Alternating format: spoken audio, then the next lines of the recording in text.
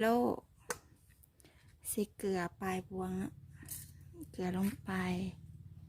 น้ำตาลลงไปพริกไทยเขาก็จะใส่เบิดเนาะเอากระแบงใส่เนาะกระเทียม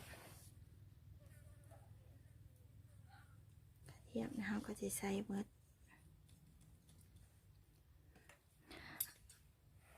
บักเพชรใหญ่เนาะเขาปั้นหน่อยปั้นซ้ำหมามันก็ได้บละเอียดลายปั้นนั่งก็จะใส่มันเป็นสีหน่อยนึงเนาะบักเพชรใหญ่มันใส่เอาสีซื่อๆปกติเขาจะบดให้มันละเอียดแต่ว่าปั้นนั่งบดหน่อยมันจะได้บละเอียดเขาชิมักไก่แต่ว่าบ่เมียนห่างหอมปอมเนาะเขาลืมซื้อคันมีกะใส่เนาะคันบ่มีกะก็ใส่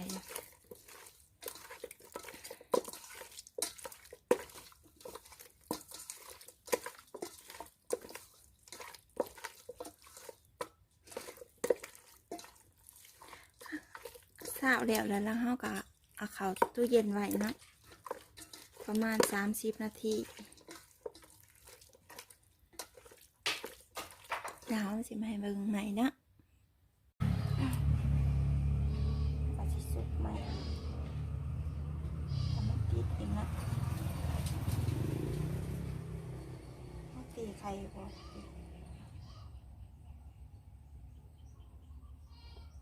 เราก็จะกิ่งให้มัน แห้งอันนั้นติดแป้งเนาะเราจะสุกอยู่นี่ประมาณ3 เทื่อต่อสิบนะ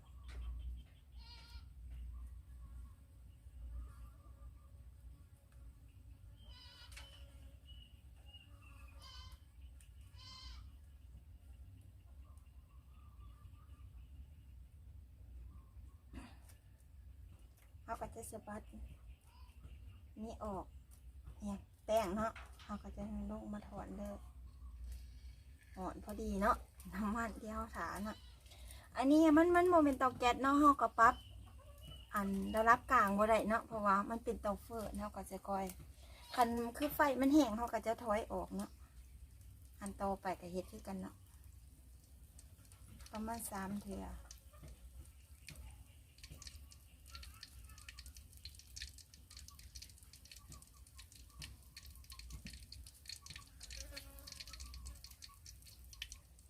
ขันเขาเมียนนั่นน่ะเมียนเขามีเกล็ดขนมปังเนาะเขาจะมาอันนั้นจะเลยมันจะออกอันนั้นเนาะแต่ว่าเกล็ดขนมปังเขาคิดว่ามันมีแต่เขาไปเบิ่งในตู้เกล็ดขนมปังเขาเบิดแมงวันก็จะมันเพิ่นมากเนาะโอ้เขาถอดแล้วเนาะก็จะได้หนาตาประมาณนี้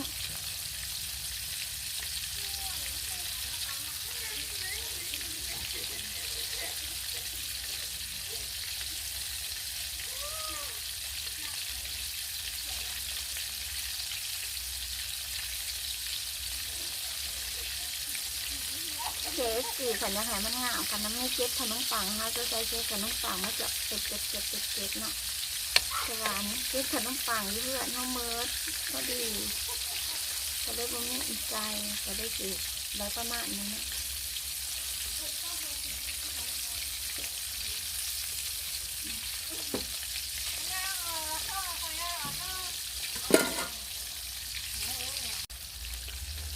เขาถอยเลยสีหัวเชน้ำเนาะหลวงเขาเอามาหน่อยเราเอามาหน่อยค่ะเขาก็จะใส่จานนี้เป็นซุปละก็จะได้หนาตาประมาณนี้เนาะ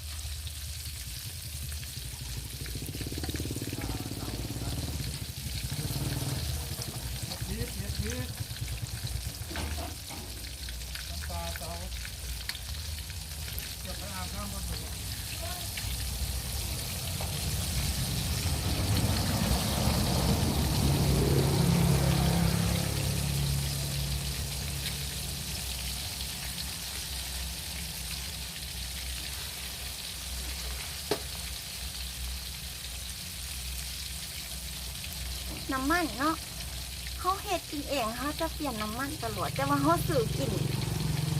เขาสิเปลี่ยนโบหรือโบนี่กับปัญหาหนึ่งเนาะคันเขาซื้อของกินที่ว่ามันราคาแพงอยากเขาก็ต้องเปลี่ยนน้ำมันเนาะเพื่อสุขภาพเนาะแต่คันเขาเฮ็ดเอง